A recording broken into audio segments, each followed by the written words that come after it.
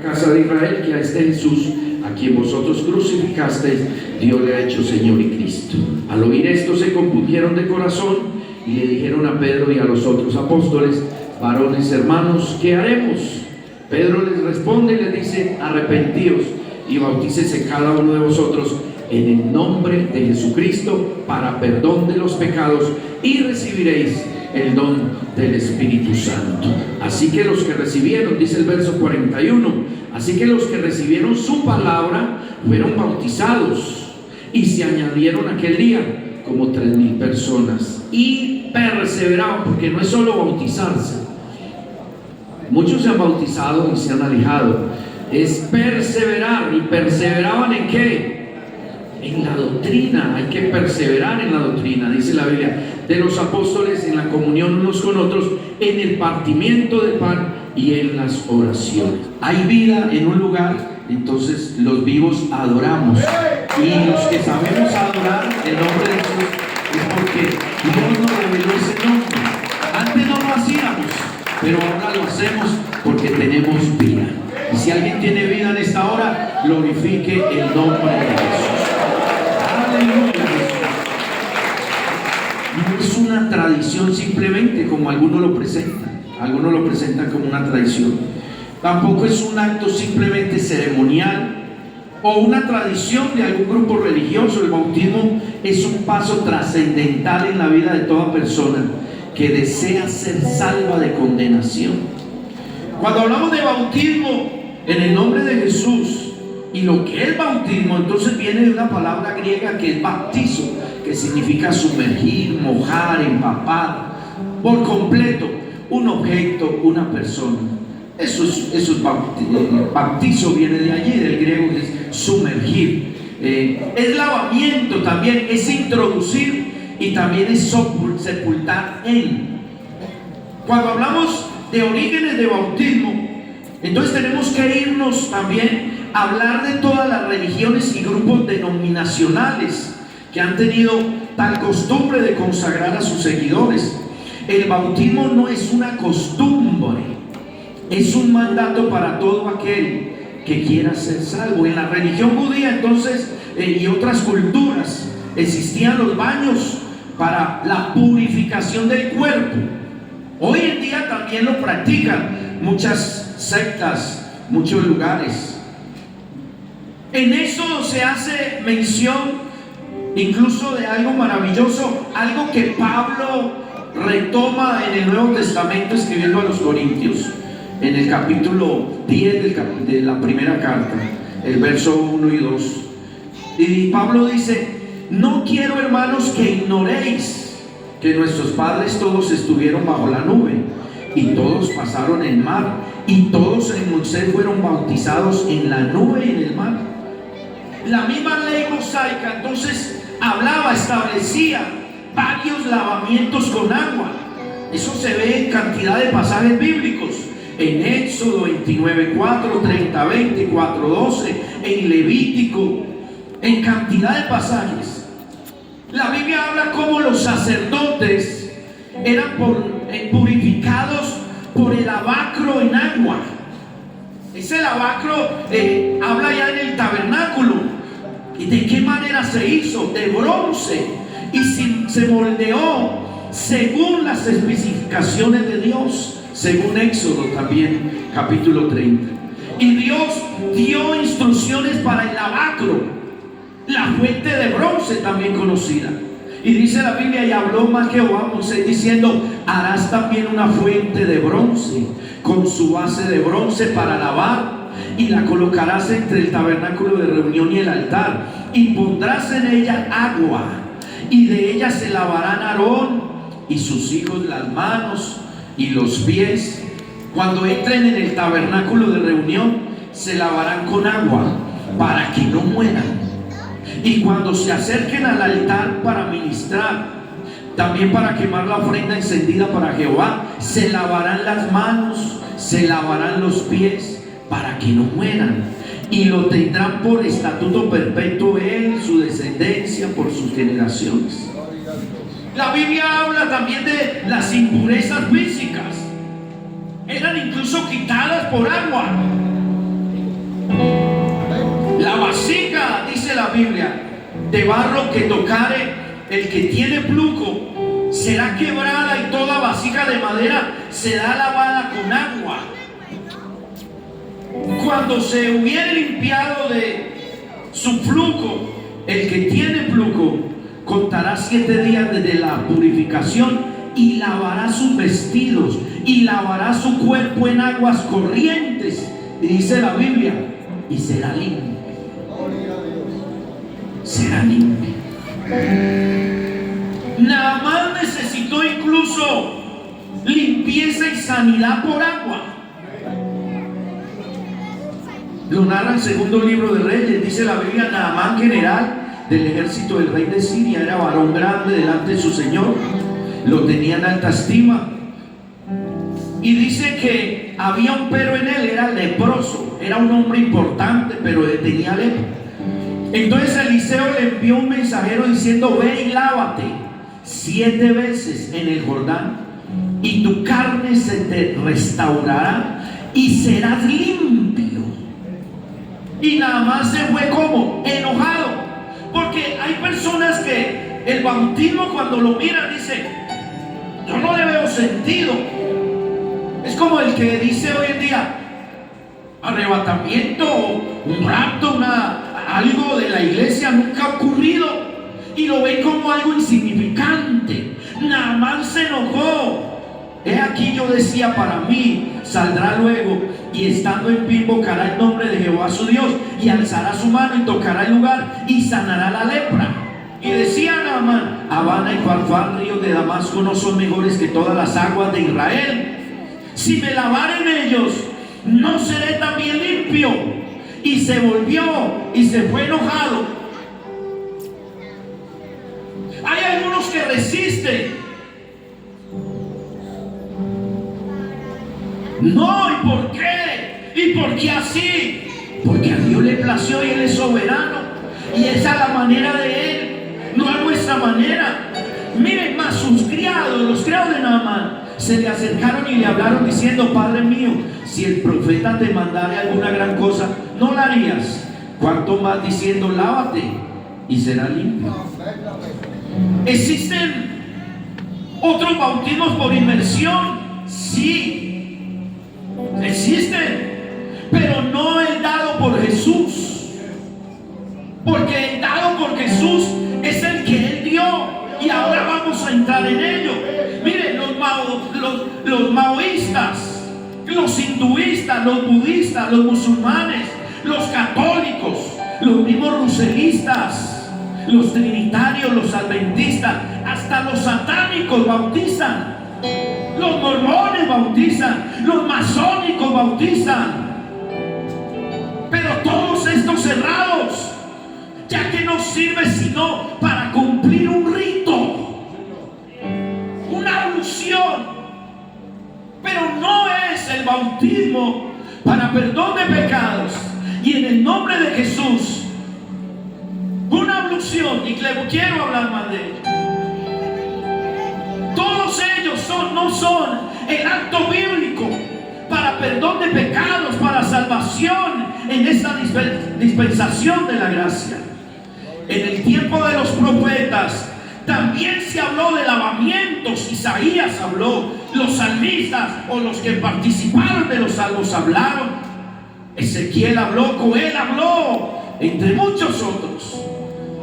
Cuando los prosélitos eran entonces aceptados en el judaísmo, eran circuncidados y después se les practicaba el bautismo, y a esas prácticas antiguas se refirió Pedro cuando dijo en la primera de Pedro 3:21, dice: el bautismo que corresponde a esto ahora nos salva. Y a eso es lo que Pedro se refirió. Y digo, pero el bautismo que ahora entendía Pedro y usted y yo entendemos. Entonces Pedro dice, no quitando las inmundicias de la carne, sino más bien la aspiración. ¿De qué? De una buena conciencia hacia Dios por la resurrección de Jesucristo. El mismo escritor a los hebreos habló diciendo: ya que consiste consiste solo en comidas y bebidas, hablando de las prácticas judaizantes y lo que hacían simplemente, de diversas abluciones, ordenanzas de la carne, o sea, de hombres. Por eso es que Pablo no escatimó palabras en hablar y decir que nadie los vaya a engañar por medio de filosofías y huecas sutilezas, según las tradiciones de los hombres, conforme a los rudimentos del mundo y no según Cristo. Porque en Él, como Él es Dios, Él es el Dios del universo, en Él habita corporalmente toda la plenitud de la deidad, todo el poder habita en Él. Entonces Él hablaba de esto tan especial, y el escritor a los hebreos dice de comida, de bebidas, de diversas abluciones, ordenanzas acerca de la carne, impuestas hasta el tiempo de reformar las cosas. Juan el Bautista también practicó el bautismo como lo narra la escritura. Pero Juan, dice la Biblia, que bautizaba en el desierto y predicaba el bautismo de arrepentimiento para perdón de pecados. Y Juan enseñó, insistió en el bautismo de arrepentimiento, el cual incluía una confesión pública del pecado. Pero Pablo, después de ello, después de que recorrió algunas regiones llamadas superiores, entonces al encontrar a unos discípulos les realiza una pregunta y les dice: venga, ustedes en qué fueron bautizados. Eso lo vemos en Hechos 19, verso 3. ¿En qué pues fuisteis bautizados? Y les hace una pregunta, y ellos dijeron: en el bautismo de Juan. Y entonces Pablo le responde, dice: pero recuerden que Juan bautizó bautismo de arrepentimiento, diciendo al pueblo que creyesen en el que vendría después de él. ¿Esto es quién? Jesús. En otras palabras, yo lo bautizo para arrepentimiento, pero como detrás de mí viene uno que no es terrenal, porque Juan fue un hombre terrenal. Viene uno que es del cielo, que es sobrenatural, uno que tiene todo poder y toda autoridad.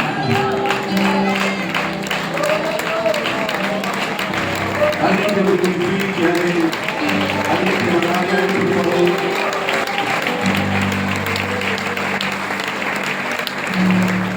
¿Y sabe qué es lo que está diciendo Pablo?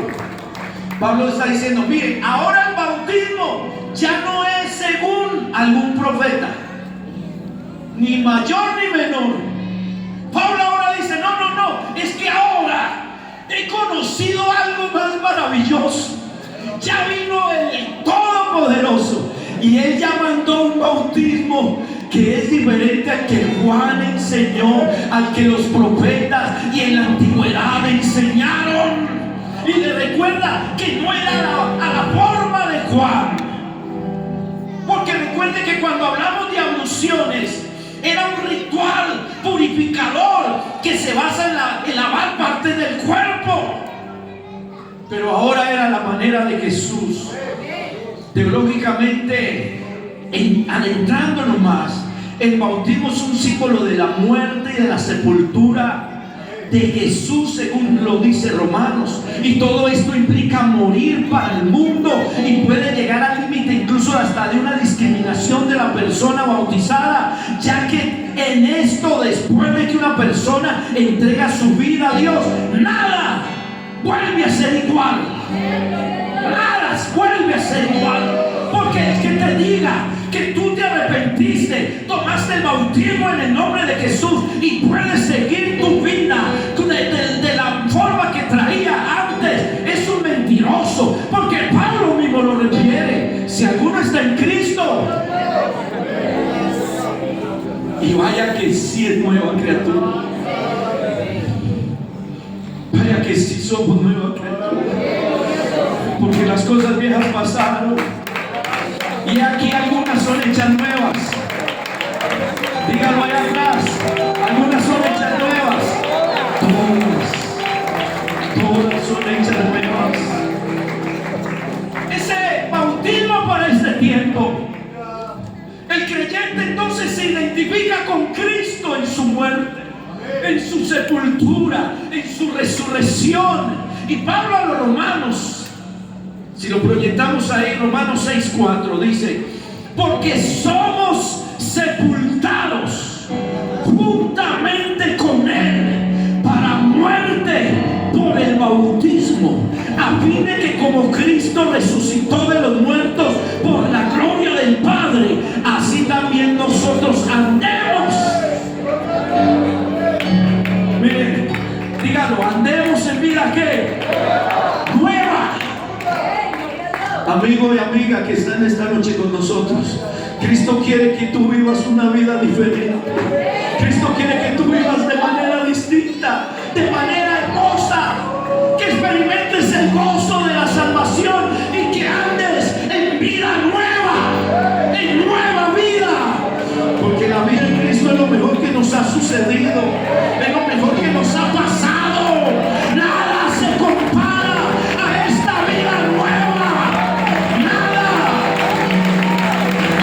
Yo quiero escuchar una alabanza a ese que ha nacido de nuevo, a ese que ha sido bautizado en el nombre que es sobre todo nombre. Y para testimonio a todos los amigos y amigas o visitas que están con nosotros, yo quiero preguntarle a la iglesia del Señor: ¿cierto que este Dios nos ha tratado muy bien? ¿A cuánto les ha ido bien con el Señor? ¿A cuánto les sigue yendo bien con Él? ¡Aleluya! Primero debe morir a sus pecados. El hombre debe morir a sus vicios, a su antigua vida, a sus prácticas, a sus cadenas, a sus ataduras, a sus viejas creencias, a sus viejos vicios, a sus costumbres malas, a los hábitos pecaminosos. Es romper con lo malo para poder experimentar esto tan maravilloso. Y por eso Pablo en el mismo capítulo, en el verso 5, sigue diciendo, léalo conmigo: porque si fuimos, dígalo, plantados. Por eso es que cuando uno está en Cristo, nadie nos puede zafar, ni el diablo, nada. Alguien vino por ahí de pronto desanimado, dice: es que yo no puedo. Hermano, usted ha sido plantado juntamente con Él en la semejanza de su muerte, así también lo seremos en la de su resurrección. Iglesia y amigo, escuche, sabiendo esto, que nuestro viejo hombre, ese hombre pecaminoso, ese hombre que andaba en pecado, en borracheras, en malas palabras, ese hombre fue crucificado juntamente con Él, con Jesús, para que el cuerpo de pecado sea destruido. Y para que ese cuerpo de pecado tiene que ser destruido, sígalo leyendo, a fin de que no sirvamos más al pecado. En otras palabras, seguimos teniendo un cuerpo de pecadores, pero que no practican el pecado. Estamos en un cuerpo de pecadores, pero que ya no practicamos el pecado. Lo que antes nos gustaba, ahora lo repudiamos, porque hay una naturaleza distinta. De una manera similar entonces a lo de la circuncisión en el primer pacto, el bautismo por inmersión en el nombre de Jesús para perdón de los pecados constituyó, hermanos, como señal al creyente de ser agregado al pueblo del nuevo pacto. Y lo dice así, Colosenses 2:11 y 12: en Él también fuiste circuncidados con circuncisión no hecha a mano, al echar de vosotros el cuerpo pecaminoso carnal, en la circuncisión de Cristo. Lea el verso 12, por favor, fuertemente. Sepultado con Él en el bautismo, en el cual fuiste también resucitado con Él, mediante la fe en el poder de Dios que le levantó de los muertos. Acercándonos al pasaje inicial, podemos decir que para poder vivir debemos morir. Si alguien quiere vivir en esta hora, tiene que morir. Por eso es que previo al bautismo debe de existir una muerte. Por eso es que Pablo, ahí toma sentido lo que Pablo dijo: con Cristo estoy juntamente crucificado. Ya no vivo yo.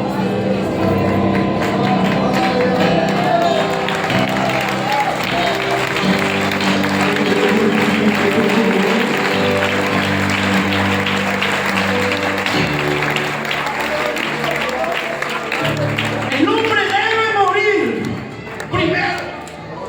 El hombre debe arrepentirse primero.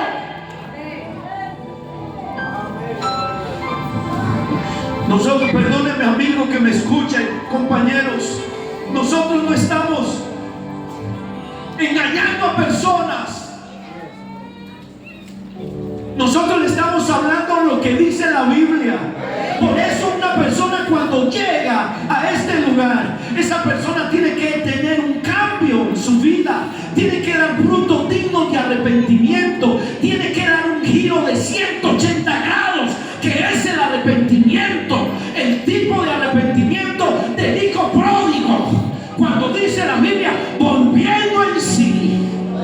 Eso es dar un giro total para mirarlo a Él, darle la espalda al mundo, darle la espalda a lo que antes vivía, a lo que antes creía, a lo que antes seguía, para poderlo mirar a Él, para poderlo seguir a Él.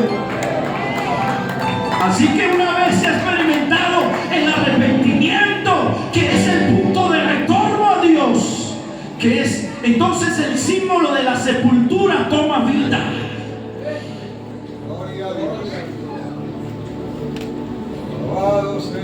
Y al regresar el hombre a Dios, se inicia un proceso maravilloso, que es otra doctrina fundamental, y es la regeneración. Entra en escena lo que es la justificación. Es cuando Dios te dice: mira, yo soy el juez del universo, usted es un culpable, usted merece morir. Pero cuando entonces miramos la justificación, entonces es donde el juez, dueño de toda criatura, dice: yo soy el dueño de tu alma, porque la Biblia dice que todas las almas son de Él, el alma del Padre, el alma del Hijo, y como todas le pertenece, entonces Él tiene esa misericordia con el hombre. Entonces dice: yo soy el juez del universo. Esa es la justificación, que es una doctrina fundamental. Y entonces entra en escena y dice: usted merece la muerte, pero yo que soy el juez del universo. Y la justificación es ese acto de declarar inocente al que escogió. Pero el hombre tiene que reconocer necesitado de Dios.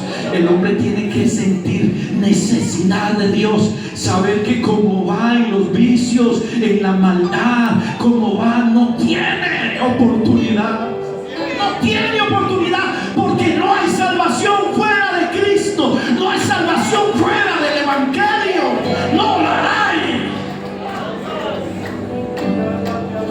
Y por eso es que Pedro, en su primer sermón, después del derramamiento del Espíritu Santo, el cual habló Gerardo esta tarde,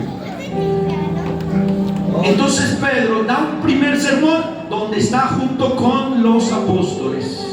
Y tenga eso en mente allí: los apóstoles a los cuales Jesús les habló allí en Mateo 28, 18 y 19. Y está allí, y Pedro dijo: sepa pues ciertísimamente toda la casa de Israel, que a este Jesús, a quien vosotros crucificaste, Dios le ha hecho Señor y Cristo,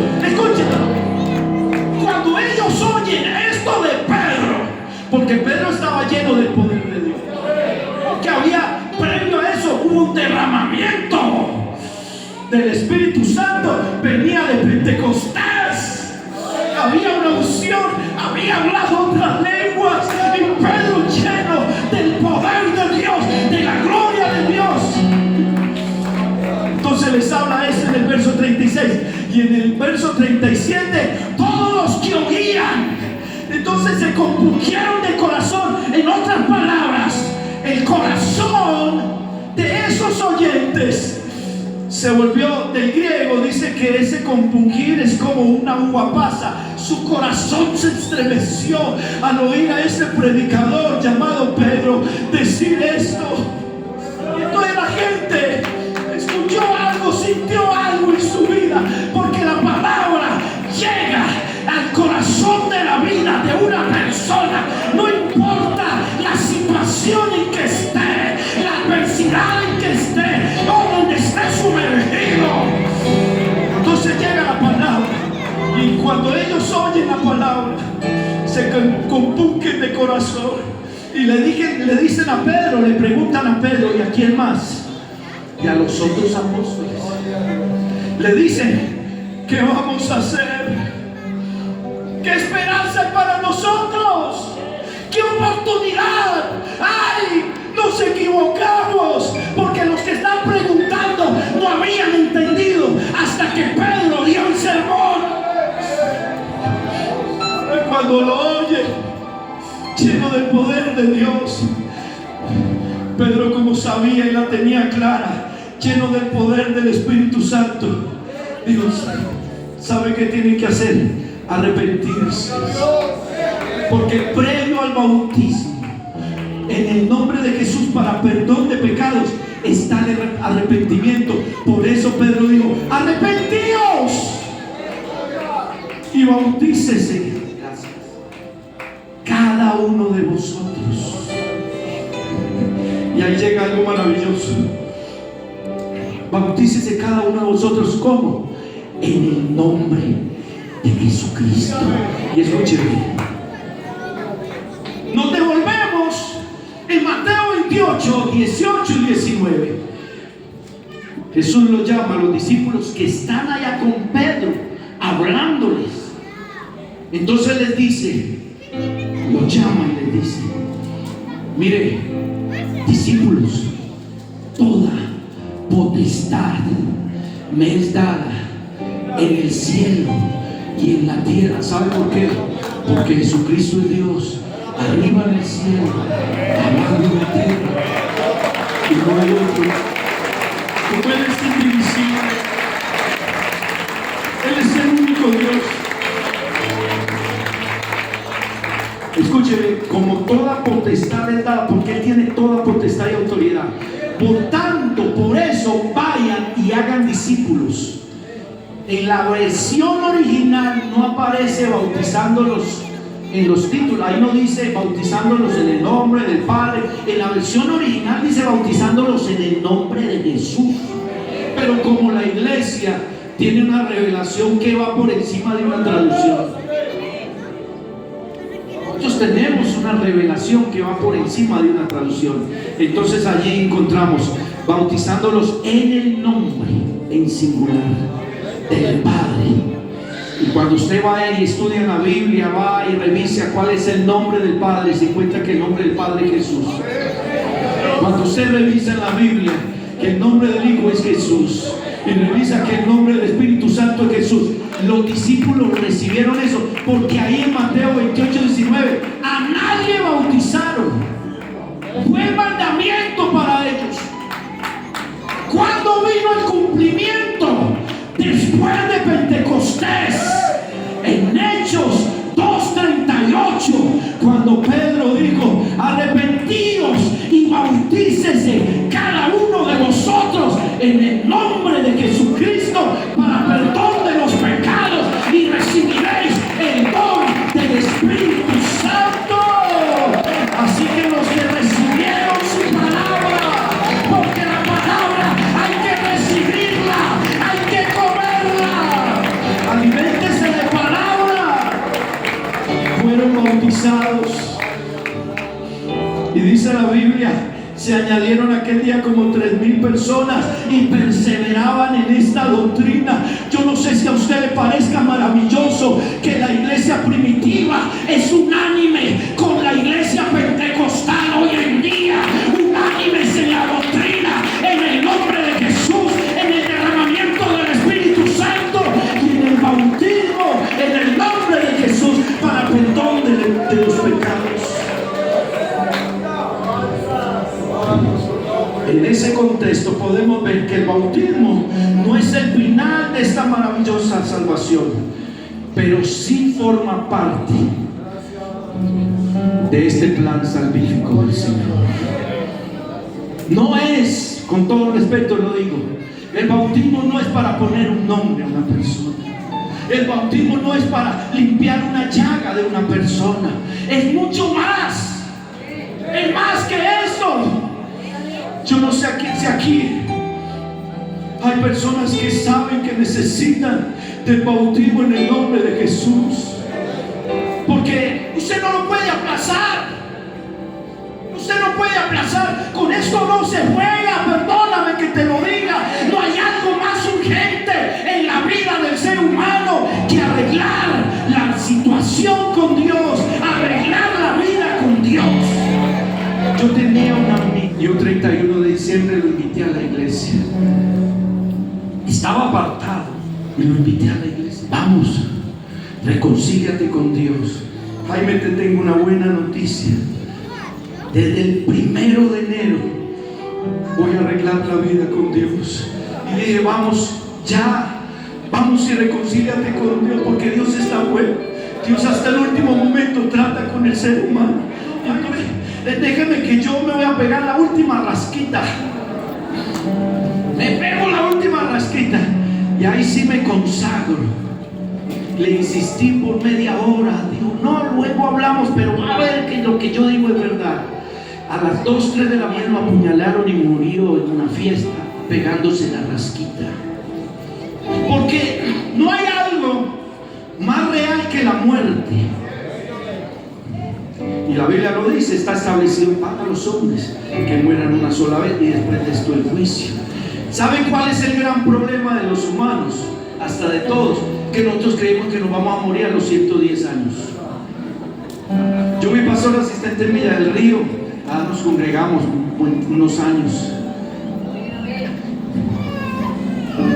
Y alguien llamó al pastor titular y dijo, hermano, mande a alguien para que ore por mi mamá. Dijo, claro que sí, voy a mandarle al hermano Jaime. Entonces el Señor me estaba esperando en un carro muy lujoso y dijo, pastor, qué bueno que va conmigo. Vea si Dios levanta a mi mamá. Si Dios la levanta de allá, yo me entrego al Señor.